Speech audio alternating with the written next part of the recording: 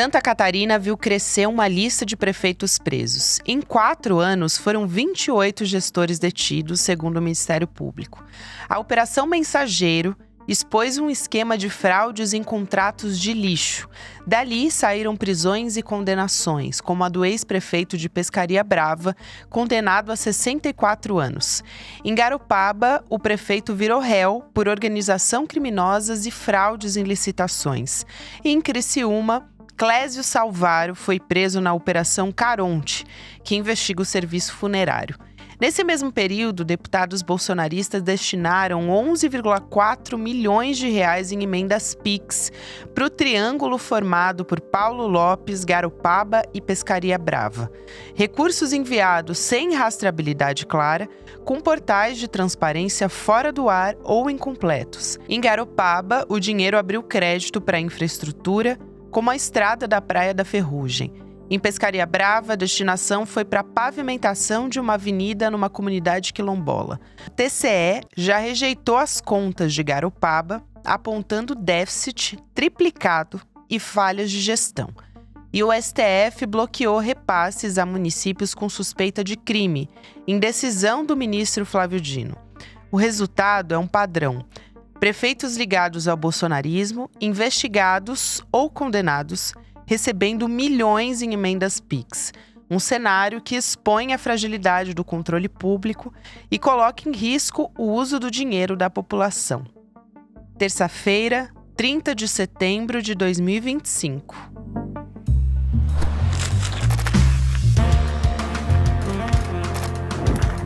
Sou a Gabriela Varela, esse é o podcast Detalhes, e aqui mais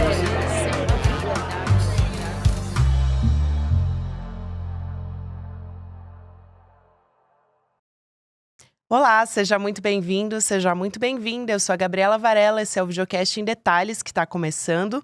E aqui, todos os dias, de segunda a sexta-feira, a gente vai analisar uma temática, uma notícia importante do momento. Hoje eu vou conversar com a nossa colunista aqui do ICL, jornalista Amanda Miranda. Amanda, é um prazer te receber aqui pela primeira vez no Em Detalhes. Seja muito bem-vinda também, querida.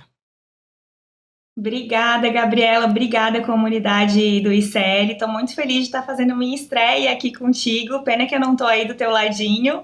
Em breve. Mas, né, devidamente conectadas. Em breve no presencial também, Amanda. E eu vou trazer uma história que é bastante interessante, que está chamando a sua atenção, e você tem feito a cobertura de casos específicos que se conectam com operação policial, enfim, você vai explicar tudo aqui pra gente. Mas para resumir um pouco, tem um fenômeno acontecendo em Santa Catarina, que são prisões de prefeitos por investigações sobre corrupção, de diversos tipos. Em 4 anos a gente teve, se você me corrige, inclusive se eu estiver errada, quase 30 administradores municipais que foram presos. E, além disso, tem um caso recente envolvendo emendas PIX volumosas, para dizer o mínimo aqui. A gente tem emendas da ordem de 11 milhões de reais para cidades que são muito pequenas. Menos de 50 mil habitantes, se a gente fizer a soma das 3. E os responsáveis por por destinar esse dinheiro para as cidades são deputados bolsonaristas. Então, vamos lá. Como é que você tem acompanhado esses casos, Amanda, nessas suas reportagens? O que te chamou mais atenção para você voltar a olhar para tudo isso? Bom, então, Gabi, eu acho que como boa parte do Brasil e da comunidade do ICL que acompanha o noticiário político, o que começa a me trazer uma necessidade de olhar para essas emendas PIX, que a gente chamava anteriormente, lá quando elas começaram a bombar no governo Bolsonaro de orçamento secreto, é justamente a utilização de estratégias de chantagem por parte do Congresso junto ao STF, a partir das investigações do Flávio Dino. Então, a gente tem aí um montante de bilhões que foram despejados dos cofres públicos em cidades do interior do Brasil inteiro, por deputados e senadores, sem qualquer rastro de transparência deste orçamento secreto. E aqui em Santa Catarina, a gente nunca tinha visto, eu nunca tinha acompanhado nenhum registro mais sólido, mais efetivo da destinação dessas emendas. E eu decidi começar pelas emendas de 2024 e de 2025. Veja que eu nem olhei para aquelas do passado, em que o orçamento era secreto, porque essas não têm rastro, não tem transparência que dê conta da gente entender onde esse dinheiro público está sendo aplicado. E a primeira coisa que me chama a atenção e dá origem a essas reportagens que eu tenho publicado no ICL, são 2 até agora, mas tenho certeza que vão vir mais, porque eu só comecei a fazer esse trabalho, são emendas dos deputados Zé Trovão, Daniel Freitas e Júlia Zanatta. Zé Trovão e Júlia Zanatta são muito conhecidos pela radicalização bolsonarista, inclusive eles foram implicados aí na última investigação da Corregedoria por conta daquele motim, em que, de alguma forma, também as investigações do Dino estavam envolvidas com todo aquele escândalo que os congressistas bolsonaristas fizeram para emplacar a PL da anistia. E esses deputados, eles apresentam uma certa coincidência na forma como eles destinam emendas. E a primeira coincidência eles destinam emendas para 3 cidades muito pequenas, em grande volume.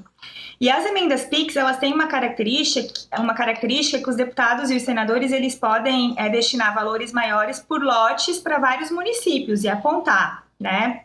Mas no caso dessas 3 cidades, que seria Pescaria Brava, Garopaba e Paulo Lopes, todas elas cidades pequenas aqui da nossa região do Litoral Sul, eles destinaram exclusivamente para essas localidades um montante somado de 11 milhões e 400 mil reais, e com uma outra coincidência, que é um passo a mais que eu estou começando a dar nas minhas investigações, que é o fato de estarem relacionados a projetos de pavimentação, de infraestrutura. Então, além das cidades de destino, tem o fato de serem projetos semelhantes, projetos de pavimentação urbana. Então, são coincidências que chamam a atenção e que me levaram aí a voltar a essa caixa preta dos prefeitos presos, porque 2 dessas cidades, Garopaba e Pescaria Brava, têm prefeitos com problemas sérios, denúncias sérias do Ministério Público por corrupção.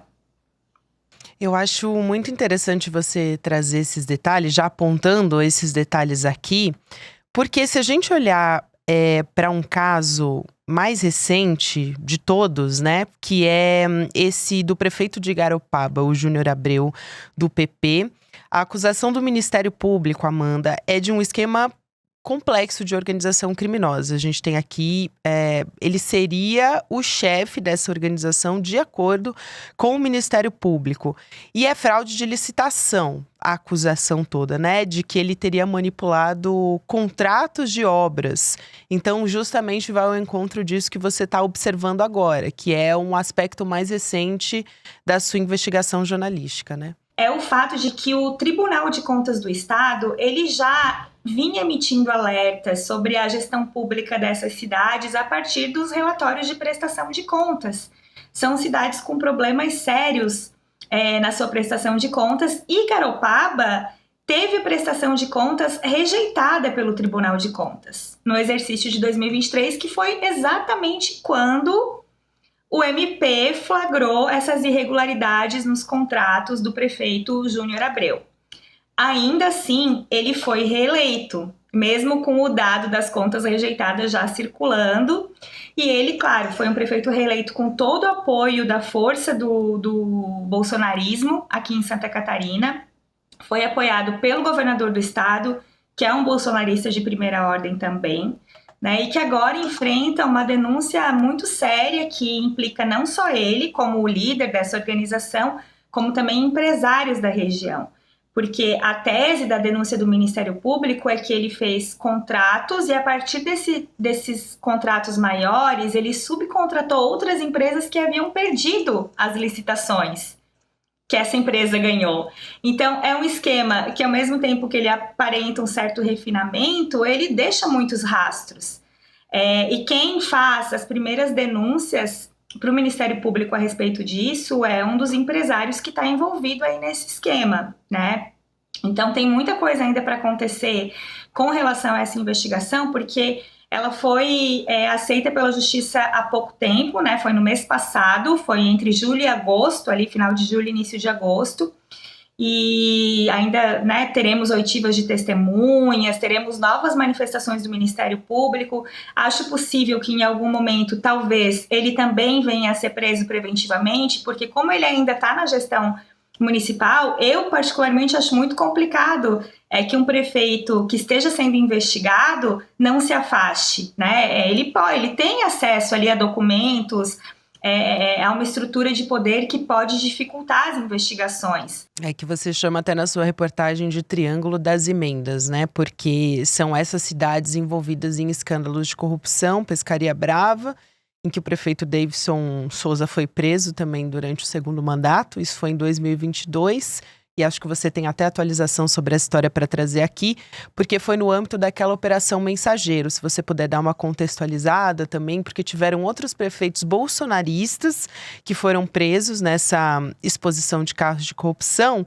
Se você puder explicar um pouco como foi essa operação e como ela se relaciona com os casos de agora, principalmente focando nesse personagem aí que você tem atualizações a respeito.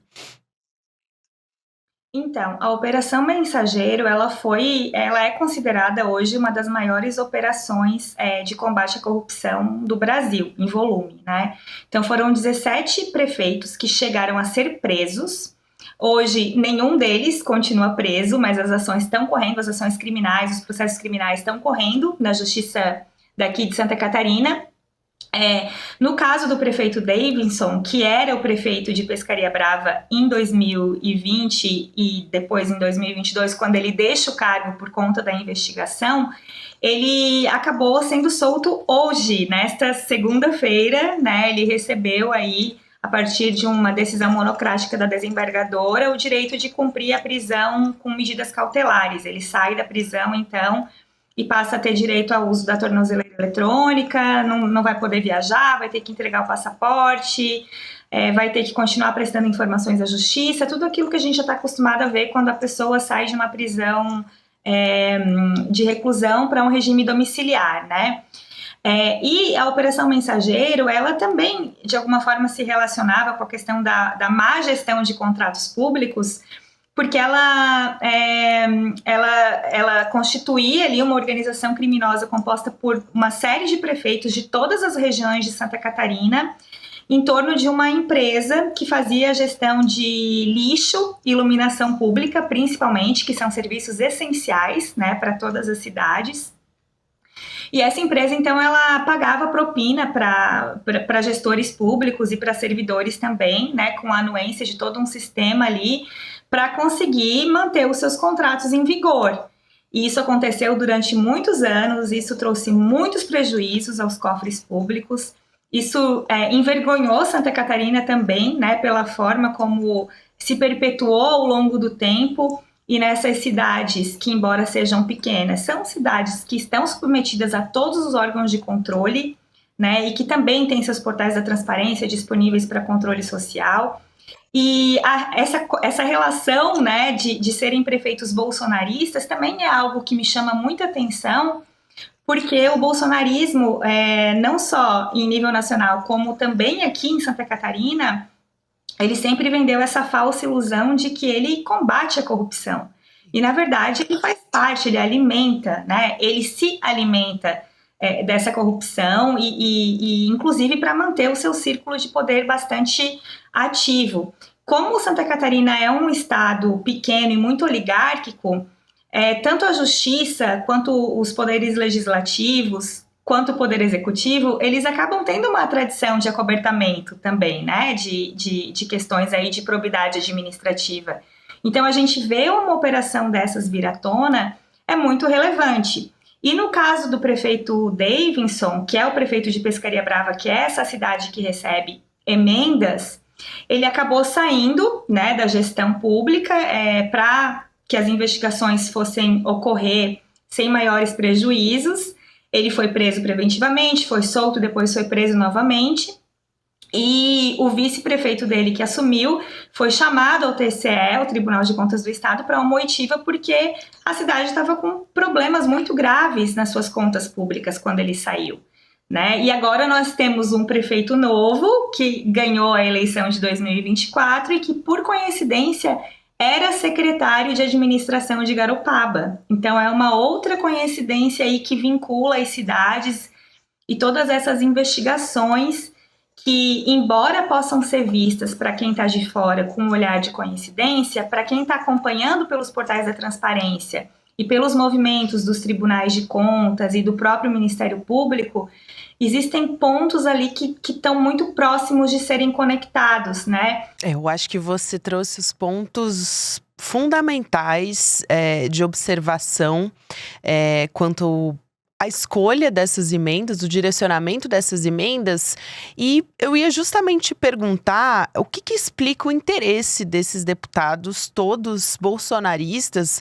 e mais do que bolsonaristas, até ligados a movimentos bastante extremos dentro do Congresso Nacional. A gente tem os deputados Daniel Freitas, a Júlia Zanatta e o Zé Trovão, e recentemente 2 deles foram implicados ali na Câmara dos Deputados por participarem de motim bolsonarista, impedindo, por exemplo, o presidente da Câmara dos Deputados de conseguir sentar na própria cadeira, enfim.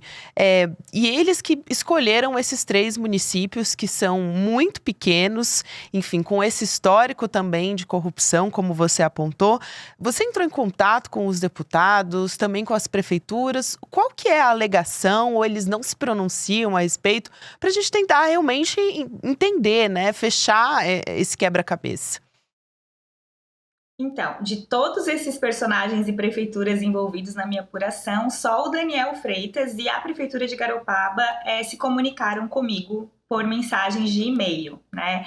O deputado Daniel Freitas foi através da chefe de gabinete dele, ele me enviou os planos de trabalho, que estavam sim acessíveis no portal da transparência com poucas informações. Eu esperava um pouco mais de detalhamento, mas de alguma forma eles me deram uma resposta. E a Prefeitura de Garopaba, ela também me enviou esses documentos que estavam disponíveis no portal da transparência e que acabavam não avançando muito também num plano de execução de obras ou enfim, numa justificativa mais robusta sobre o motivo de estarem recebendo essas emendas. E, por exemplo, no plano de trabalho do Daniel Freitas e no Diário Oficial, em que a Prefeitura de Garopaba anuncia que está recebendo os créditos dessas emendas, que é uma coisa rara, geralmente as prefeituras não fazem isso, mas agora elas estão sendo cobradas por toda a ação do ministro Flávio Dino. Esse processo de recepção das emendas está sendo mais monitorado, né, e se torna cada vez mais confiável. Então, a Prefeitura de Garopaba, ela abre o crédito para receber essas emendas e ela coloca lá que as emendas do deputado Daniel Freitas são para pavimentar uma estrada geral que dá acesso a uma das praias mais badaladas de Garopaba, que é a Praia da Ferrugem, uma praia muito visada por turistas do Brasil inteiro e também de fora do Brasil. Essa estrada geral, ela tem uma característica de ter loteamentos com terrenos bem caros também. Então, não dá para a gente saber exatamente qual desses trechos vai receber a pavimentação. Se são os trechos que são de interesse da indústria imobiliária e das construtoras que estão construindo aí empreendimentos na região, ou se é para regiões que realmente precisam de acesso básico ao mínimo que o Estado pode fornecer, né? Caso, por exemplo, de estradas mais do interior, não me parece ser tanto o caso dessa estrada em questão. Então, eu vejo que a falta de resposta desses deputados, ela revela também, talvez, uma baixa transparência da parte deles, né? Porque a gente sabe, Gabi, eu acho que todo mundo que acompanha a política e que está atento às pautas do ICL também já percebeu isso, que todos os princípios de rebelião do Congresso e essa chantagem permanente que eles fazem envolvendo os outros poderes da República está muito próxima ali temporalmente dessa investida do Flávio Dino contra as emendas, né? O orçamento secreto ele é um problema gravíssimo da história da democracia brasileira. E quando o ministro decide se movimentar contra isso, o Congresso começa a tentar retaliar de várias formas, tanto o STF quanto o governo federal, né, que é quem assina, no final das contas, também essas emendas. E a gente vê tudo isso que está acontecendo muito a partir desse problema pontualmente. E os deputados, eles continuam não querendo nos dizer como eles escolhem e por que eles escolhem as cidades para receberem essas verbas milionárias. E você citou aí, eu já vou até pegar como gancho o ministro do Supremo Tribunal Federal, o Flávio Dino, que tem sido o grande responsável por essa questão da exigência de transparência das emendas PIX e recentemente ele mandou suspender, investigar também quase 700 milhões de reais em emendas parlamentares que ele enxerga que tem indícios de irregularidades. Dentre essas cidades, não estão cidades de Santa Catarina, por exemplo. Por isso que também é importante que essas matérias cheguem ao conhecimento de todas as autoridades, também por meio da imprensa e de outros órgãos de investigação, que de alguma maneira estão fazendo outras investigações. A gente falou agora há pouco do Ministério Público, que está de olho em casos de corrupção já nessas cidades apontadas. Então, eu queria te ouvir um pouco sobre isso, sobre a importância de ter mecanismos mais transparentes. E acho que, de certa forma, quem encampou essa grande queda de braços com o Congresso atualmente, com esses parlamentares que são, na sua maioria, do Centrão e também parlamentares bolsonaristas, especificamente, que a gente está trazendo aqui e que chama muito a atenção, a importância da gente ter mecanismos de transparência em relação a essas emendas e, enfim, também ao volume dessas emendas, dinheiro, assim, em grande quantidade enviado para cidades tão pequenas, né? Não tem justificativa para isso. Deixar, por exemplo, a capital de Santa Catarina com emendas em menor quantidade. Exato. E assim, eu não acho que seja coincidência o fato deles terem enviado essas emendas para cidades em que o Tribunal de Contas do Estado constata problemas de transparência. São cidades que, no decorrer do ano de 2023, que é o último relatório ao qual eu tive acesso, porque os relatórios de 2024 ainda estão sendo analisados agora, né? E os de 2025 só o ano que vem. Mas os de 2023, existe para todas essas 3 cidades observações sobre a falta de transparência e sobre como elas têm problemas em registrar receitas vindas de emendas. Elas colocam como se fossem receitas correntes e, na verdade, não são. Elas têm que participar do orçamento como um crédito suplementar. É algo muito específico da gestão orçamentária, mas essas 3 cidades fazem isso de forma errada, faziam isso de forma errada. E não pode ser coincidência que os deputados olhem para essas cidades, que existem pareceres do Tribunal de Contas apontando isso e pensem que está tudo certo, né? Então, eu acho que a falta de transparência talvez seja o princípio de tudo. A falta de transparência, a ausência de definição de projetos que sejam públicos, né, e que venham de demandas da sociedade. Eu quero fazer aqui uma menção que eu acho muito interessante de um deputado de Santa Catarina, que é o deputado federal Pedro Uczai, do PT, do Partido dos Trabalhadores, que ele criou um edital para receber sugestões da sociedade, da comunidade, para definir para onde ele ia destinar as emendas do mandato dele. Então, isso já foi feito a partir de uma outra lógica, né? Tentando acolher os pedidos das pessoas, tentando ouvir a comunidade, a sociedade, sobre o que é prioridade para cada região e para cada setor. E no caso desses 3 deputados, me parece não existir essa preocupação, de fato. Sem dúvida alguma, eu concordo 100%, Amanda, e acho que para a gente fechar aqui, só quero deixar também aberto o espaço para você citar outras operações que a gente teve recentemente, porque você tem feito esse monitoramento, o que te chama a atenção. Por exemplo, a gente teve nesse mesmo mês em que a gente está conversando, o prefeito de Criciúma e outras 9 pessoas que foram presas numa operação também, coincidentemente, investigando esses crimes, nesse caso envolvendo crimes no serviço funerário, mas de alguma maneira, são prisões de prefeitos, né? Então, isso chama muita atenção. A gente falar de 28 prisões de prefeitos em Santa Catarina em 4 anos é bastante coisa, então você tem voltado a olhar para isso. Então, para a gente fechar essa conversa, quero o seu olhar sobre como você vai continuar atuando monitorando esses municípios e o que você tem visto até agora também, esse balanço.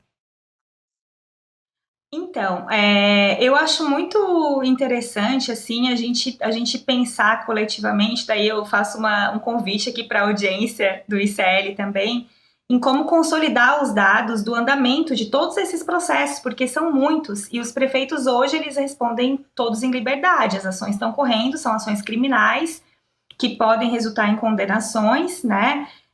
Que sejam confirmadas até a última instância, tá ocorrendo tudo dentro do devido processo legal, mas a gente não tem um lugar único para consolidar essas informações, e são muitos prefeitos e são muitos casos, e a população tem todo o direito de estar sempre bem informada sobre isso, né? O caso mais recente foi realmente do prefeito Clésio Salvaro, que agora ele não é mais prefeito, né? Ele já era um prefeito no segundo mandato, isso aconteceu em setembro de 2024. Ele era um prefeito em segundo mandato, mas ele tinha um candidato para o qual ele estava fazendo campanha, que se elegeu, né? O prefeito Vaguinho, de Criciúma. E é curioso porque envolve uma grande cidade. A maior parte desses prefeitos que a gente citou são de cidades muito pequenas, que não são conhecidas nacionalmente. Criciúma é uma cidade conhecida nacionalmente. Criciúma teve time na Série A, né? É a cidade do Daniel Freitas e da deputada federal Júlia Zanata. Tem 2 deputados federais e tem outra ainda, que é a Giovanna de Sá. Então, é uma cidade com muita representatividade política também, que teve um prefeito preso, suspeito de contratos irregulares com um serviço funerário, que, desvio de verba pública, problema com contratos e orçamento público são todos muito graves, mas se a gente for pensar serviço funerário, que é o momento em que as famílias estão mais entristecidas, né, estão vivendo cada um o seu drama particular, saber que pode existir algum tipo de problema de corrupção num caso como esses, eu acho de uma crueldade atroz. E o prefeito, ele hoje também, né, ele está livre, ele é um possível candidato do PSD, o partido dele, todo o Centrão é muito forte aqui em Santa Catarina, então eu acho muito possível que ele seja candidato a algum cargo eletivo agora em 2026, e ele tem muito voto, tanto que ele conseguiu eleger, né, o prefeito dele, mesmo estando preso, ele conseguiu praticamente montar toda a campanha nessa situação.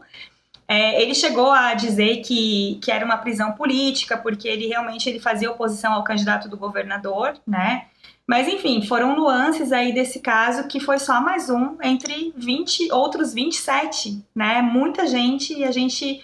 Vou continuar acompanhando para saber em que pé que vai dar. A gente só quer que tenha justiça e que não haja anistia também, caso seja comprovado que esses prefeitos foram culpados aí pela má gestão orçamentária, pelos desvios e fraudes e pelas organizações criminosas, que quase todos eles estão envolvidos nessa tipologia de crime.